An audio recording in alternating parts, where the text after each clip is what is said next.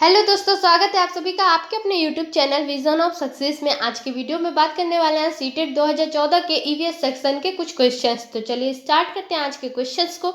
तो यहाँ पर क्वेश्चन 61 नंबर से स्टार्ट हुआ है, जिसमें कहा गया है कि निम्नलिखित में से सत्य कथन चुनिए। फर्स्ट करा है कि हाथी गंदले पानी में खेलना पसंद करते हैं क्योंकि इससे उनके शरीर को ठंडक मिलती है। सेकंड करा है कि अधिकांश हाथी दिन में लगभग 10 घंटे आराम करना और सोना पसंद करते हैं। थर्ड करा है कि 3 महीने के हाथी के बच्चे का वजन लगभग 200 किलोग्राम होता है। फोर्थ करा है कि अधिकांश बड़े हाथी एक दिन में लगभग 100 किलोग्राम पत्ते झाड़ियाँ खा लेते हैं। यहाँ पर थर्ड ऑप्शन बिल्कुल सही है, फर्स्ट, थर्ड और फोर्थ। अब चलिए देखते हैं नेक्स्ट क्वेश्चन। 62 नंबर का क्वेश्चन करा है कि मधुबनी चित्रकला के बारे में सही कथन चुनिए। ए करा है कि इन चित्रों को बनाने में नील, हल्दी, फूल, पेड़ों के रंग आदि का इस्तेमाल किया जाता है। बी, इन चित्रों में इंसान, जानवर, पेड़, फूल, पंछी, मछलियाँ आदि दिखाए जाते हैं। सी करा है यह लोक चित्रकला बहुत पुरानी है और इसका नाम मधुबनी नामक स्थान के नाम पर पड़ा। डी करा है कि मधुबनी राजस्थान का अति प्रसिद्ध जिला है। तो यहाँ पर देखिए जो राइट आंसर है वह है option number 4 A B C, क्योंकि मधुबनी चित्रकला के बारे में ए बी सी सही है। मधुबनी चित्रकला मिथिलांचल क्षेत्र जैसे बिहार के दरभंगा, मधुबनी एवं नेपाल के कुछ क्षेत्रों की प्रमुख चित्रकला है। मधुबनी चित्रकला बहुत पुरानी है। इसके चित्रों में इंसान, जानवर, पेड़, फूल, पंछी, मछलियाँ आदि के चित्र को बनाने में प्राकृतिक रंगों का इस्तेमाल किया जाता है। तो इसलिए यहाँ पर फोर्थ ऑप्शन बिल्कुल सही है। अब चलिए देखते हैं नेक्स्ट क्वेश्चन। अब 63 नंबर का क्वेश्चन है कि कोई पक्षी पेड़ की ऊंची डाल पर अपना घोंसला बनाता है। यह पक्षी हो सकता है शकरखोरा, कलचिड़ी, कौवा, फाख्ता। तो यहाँ पर देखिए थर्ड ऑप्शन बिल्कुल सही है, कौवा। अब चलिए देखते हैं नेक्स्ट क्वेश्चन। नेक्स्ट क्वेश्चन है 64। पोचमपल्ली एक गांव है। यह गांव एक विशेष प्रकार के कपड़े की बुनाई के लिए प्रसिद्ध है और इसे भी पोचमपल्ली भी कहते हैं। यह गांव निम्नलिखित में से किसका भाग है? केरल, कर्नाटक, आंध्र प्रदेश, तमिलनाडु। तो यहाँ पर देखिए थर्ड ऑप्शन बिल्कुल सही है, आंध्र प्रदेश। तो क्या होता है कि पोचमपल्ली आंध्र प्रदेश का गांव था। यहाँ साड़ियों की बुनाई की जाती है। पोचमपल्ली पहले आंध्र प्रदेश में था, लेकिन अब यह तेलंगाना का एक भाग है। अब चलिए देखते हैं नेक्स्ट क्वेश्चन। नेक्स्ट है 65 नंबर का क्वेश्चन कर रहा है कि रेगिस्तानी ओक के बारे में सही कथन चुनिए। यह पेड़ ऑस्ट्रेलिया में पाया जाता है। यह एक विशेष प्रकार का पेड़ है जिसकी जड़ें टहनियों से लटकती है। सी करा है कि इस पेड़ की जड़ें जमीन में उस गहराई तक जाती है जब तक कि पानी तक न पहुंच जाए। इस पेड़ के तने में पानी जमा होता रहता है और स्थानीय लोग पतले पाइप का उपयोग करके इस पानी को पीते हैं। तो यहाँ पर देखिए जो राइट आंसर है वह है ऑप्शन नंबर सेकंड, ए सी डी। तो यहाँ पर ए सी डी वाला ऑप्शन बिल्कुल सही है। अब चलिए देखते हैं नेक्स्ट क्वेश्चन। 66 नंबर का क्वेश्चन है कि अबू धाबी के विषय में सही कथन चुनिए। ए करा है कि यह रेगिस्तानी इलाके में है। अबू धाबी में पानी पेट्रोल से महंगा है। यहाँ की स्थानीय भाषा अरबी है। अबू धाबी की मुद्रा को दिनार कहते हैं। यहाँ पर देखिए जो राइट आंसर है वह है option number 4 A B C. तो यहाँ अबू धाबी के विषय में ए बी सी वाला ऑप्शन जो है बिल्कुल सही है और डी वाला गलत है। चलिए अब देखते हैं नेक्स्ट क्वेश्चन। 67 नंबर का क्वेश्चन कह रहा है कि कुछ जानवर रात में जागते हैं। यह जानवर हर चीज को जिन रंगों में देखते हैं वह है ऑप्शन फर्स्ट कह रहा है बैगनी और नीला, हरा और पीला, काला और सफ़ेद, लाल और संतरी। तो यहाँ पर जो राइट आंसर है वह ऑप्शन नंबर थर्ड है, काला और सफ़ेद। तो जो जानवर रात में जागते हैं उन्हें काले और सफ़ेद रंग में ही हर चीज़ें दिखती हैं। अब देखिए 68 नंबर का क्वेश्चन कर रहा है कि नीचे चित्र फर्स्ट से 24 घंटे की घड़ी दिखाई गई है तथा चित्र फर्स्ट व चित्र थर्ड में दो जानवरों यक्ष और वाई के सोने के समय छायांकित भाग से दिखाए गए हैं। यक्ष तथा वाई के सोने के समय के बारे में सही कथन चुनिए। ए कर रहा है कि एक्स 20 घंटे सोता है जबकि वाई 18 घंटे सोता है। बी करा है कि यक्ष 18 घंटे सोता है जबकि वाई 4 घंटे सोता है। सी करा है कि यक्ष 4 घंटे सोता है जबकि वाई 18 घंटे सोता है। डी करा है कि यक्ष 4 घंटे सोता है जबकि वाई 20 घंटे सोता है। तो यहाँ पर देखिए जो राइट आंसर है वह है ऑप्शन नंबर थर्ड, यक्ष 4 घंटे सोता है जबकि वाई जो है 18 घंटे सोता है। चलिए अब देखते हैं नेक्स्ट क्वेश्चन। देखिए 69 नंबर का क्वेश्चन करा है कि मृत सागर क्या है। ऐसा सागर जिसका पानी जहरीला होता है। ऐसा सागर जो सभी महासागरों व सागरों से ज़्यादा नमकीन है। ऐसा सागर जिसमें ज्वार भाटे बहुत तीव्र गति से आते हैं। ऐसा सागर जिसमें जहाज चलाना खतरनाक होता है। तो यहाँ पे देखिए जो सेकंड ऑप्शन है बिल्कुल सही है कि ऐसा सागर जो सभी महासागरों व सागर से ज़्यादा नमकीन है। अब चलिए देखते हैं नेक्स्ट क्वेश्चन। तो अब देखिए नेक्स्ट क्वेश्चन कह रहा है कि कक्षा 3 के विद्यार्थियों को भोजन का पाठ पढ़ाते समय अंजलि भोजन संबंधित आदतों में से सांस्कृतिक क्षेत्रीय विविधता पर विशेष ध्यान देना चाहती है। नीचे दिए गए अधिगम अवसरों में किसके द्वारा विद्यार्थियों को वांछित जानकारी दी जा सकती है। यहाँ पर देखिए ऑप्शन नंबर फर्स्ट करा है कि विभिन्न क्षेत्रों संस्कृतियों के भोजन को दर्शाने वाले चार्ट का उपयोग और उसकी व्याख्या करना। सेकंड करा है कि विभिन्न क्षेत्रों संस्कृतियों के विद्यार्थियों से उनके घरों में खाए जाने वाले भोजन मंगाकर प्रदर्शित करना और सहपाठियों से सूचनाओं का आदान प्रदान। थर्ड करा है कि पाठ्यपुस्तक में विभिन्न प्रकार के भोजनों के विषय में दी गई जानकारी की और विस्तृत व्याख्या करना। फोर्थ करा है कि किसी बाहरी भोजन बनाने वाली व्यावसायिक एजेंसी को आग्रह करके विभिन्न क्षेत्रों संस्कृतियों के भोजन का प्रदर्शन करवाना। सेकेंड ऑप्शन यहाँ पर बिल्कुल सही है कि विभिन्न क्षेत्रों संस्कृतियों के विद्यार्थियों से उनके घरों में खाए जाने वाले भोजन मंगाकर प्रदर्शित करना और सहपाठियों से सूचनाओं का आदान प्रदान करना। इसलिए सेकंड ऑप्शन बिल्कुल सही है। अब चलिए देखते हैं नेक्स्ट क्वेश्चन। तो देखिए अब 71 नंबर का क्वेश्चन करा है कि कक्षा 5 के विद्यार्थियों को पर्यावरणीय चिंताओं के बारे में पढ़ाते समय प्रीति प्रदूषण पर अधिक बल देना चाहती है। वांछित उद्देश्य को प्राप्त करने के लिए नीचे दिए गए क्रियाकलापों में से कौन सा सर्वाधिक प्रभावी हो सकता है। फर्स्ट करा है कि विद्यार्थियों से विभिन्न प्रकार के प्रदूषणों के चार्ट बनवाकर। सेकंड है विद्यार्थियों को शैक्षणिक भ्रमण पर ले जाकर किसी प्रदूषित नदी को दिखाना। थर्ड करा है कि विद्यार्थियों से विभिन्न प्रकार के प्रदूषणों से संबंधित समूह परियोजनाओं पर कार्य करने के लिए कहना। फोर्थ करा है कि किसी विशेषज्ञ को निमंत्रित करके वायु जल और ध्वनि प्रदूषण पर भाषण। तो यहाँ पे देखिए थर्ड ऑप्शन बिल्कुल सही है कि विद्यार्थियों से विभिन्न प्रकार के प्रदूषणों से संबंधित समूह परियोजनाओं पर कार्य करने के लिए कहना। ये देखते हैं नेक्स्ट क्वेश्चन। देखिए अब 72 नंबर का क्वेश्चन कर रहा है कि नेहा कक्षा 5 के ईवीएस विषय में नीचे दी गई मूल्यांकन तकनीक का प्रयोग करती है। फर्स्ट करा है हस्त सिद्ध क्रियाकलापों का मूल्यांकन, गृह कार्य मूल्यांकन, परियोजना कार्य मूल्यांकन। फोर्थ करा है मौखिक परीक्षा। नीचे दी गई तकनीकों का कौन सा युगल अधिक वस्तुनिष्ठ मूल्यांकन दे सकता है। तो यहाँ पर देखिए जो राइट आंसर है वह है ऑप्शन नंबर 2 फर्स्ट और फोर्थ। तो इसलिए सेकंड ऑप्शन बिल्कुल सही है। अब चलिए देखते हैं नेक्स्ट क्वेश्चन। अब देखिए 73 नंबर का क्वेश्चन कर रहा है कि ईवीएस में किसी अच्छे गृह कार्य को मुख्यतः किस पर केंद्रित होना चाहिए। पुनरावृत्ति और प्रबलीकरण, मास्टरी लर्निंग, विस्तारित अधिगम के लिए चुनौतियां और उत्तेजना, समय का सदुपयोग। तो यहाँ पर देखिए थर्ड ऑप्शन बिल्कुल सही है, विस्तारित अधिगम के लिए चुनौतियां और उत्तेजना। ईवीएस में किसी अच्छे गृह कार्य को मुख्यतः विस्तार रूप में तथा कठिनाइयां वाले होना चाहिए, जिससे शिक्षार्थी जब वह गृह कार्य करे तो उसे अधिक से अधिक जानकारी उस विषय में अर्जित करने पड़े जिस विषय पर वह कार्य कर रहा है। अतः ईवीएस में किसी अच्छे गृह कार्य को मुख्यतः विस्तारित अधिगम के लिए चुनौतियां और उत्तेजना पर केंद्रित होना चाहिए। इसलिए थर्ड ऑप्शन बिल्कुल सही है। अब चलिए देखते हैं नेक्स्ट क्वेश्चन। तो देखिए अब 74 नंबर का क्वेश्चन कर रहा है कि शालिनी ने कक्षा 4 के विद्यार्थियों को विज्ञान केंद्र दिखाने के लिए शैक्षणिक भ्रमण की योजना बनाई।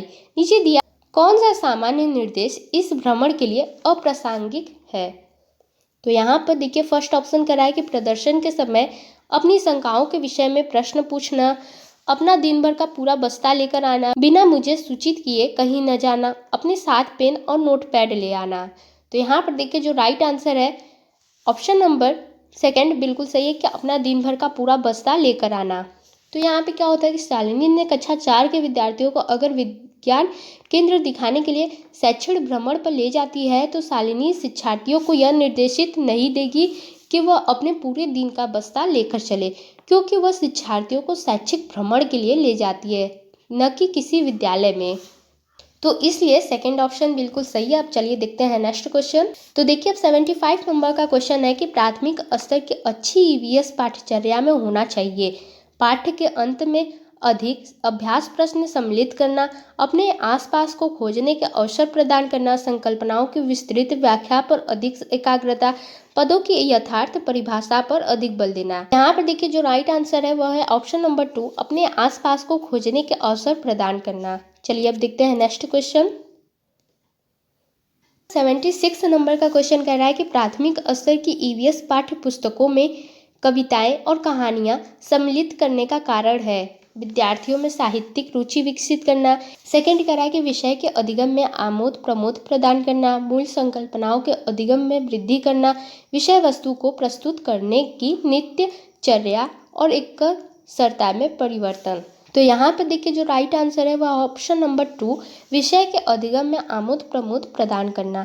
तो प्राथमिक स्तर की ईवीएस पाठ्य पुस्तकों में कविताएं और कहानियां सम्मिलित करने का कारण है कि जब विद्यार्थी को ईवीएस की पुस्तकों का अध्ययन कराया जाए तथा अभ्यास कराया जाए तो विद्यार्थियों को विषय संबंधित कुछ आमोद प्रमोद अर्थात आनंद प्रदान कराया जा सके, इसलिए सेकंड ऑप्शन बिल्कुल सही है। अब चलिए देखते हैं नेक्स्ट क्वेश्चन।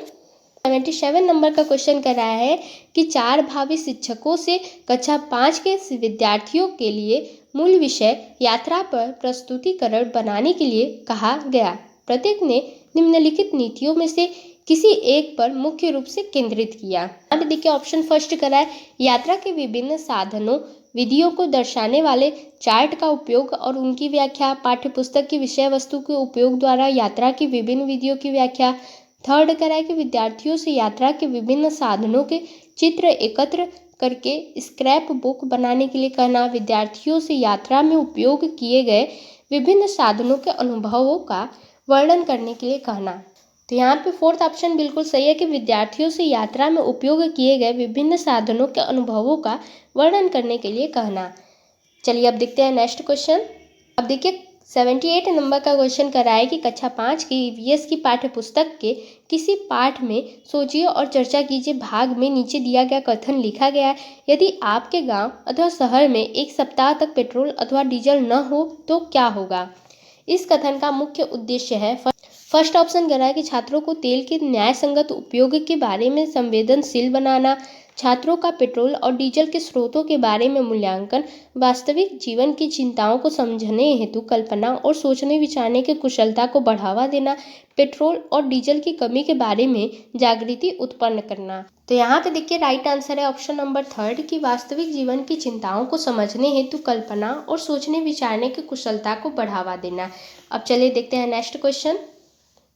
तो देखिए अब नेक्स्ट क्वेश्चन कर रहा है कि ईवीएस की पढ़ाई में कक्षा में प्रश्नोत्तर तकनीक का सबसे अच्छा उपयोग किसके लिए किया जा सकता है। विद्यार्थियों का ध्यान आकर्षित करने के लिए, शिक्षार्थियों में सीखने की जिज्ञासा उत्पन्न करने के लिए, प्रायोगिक कौशल को बढ़ावा देने के लिए, कक्षा में अनुशासन बनाए रखने के लिए।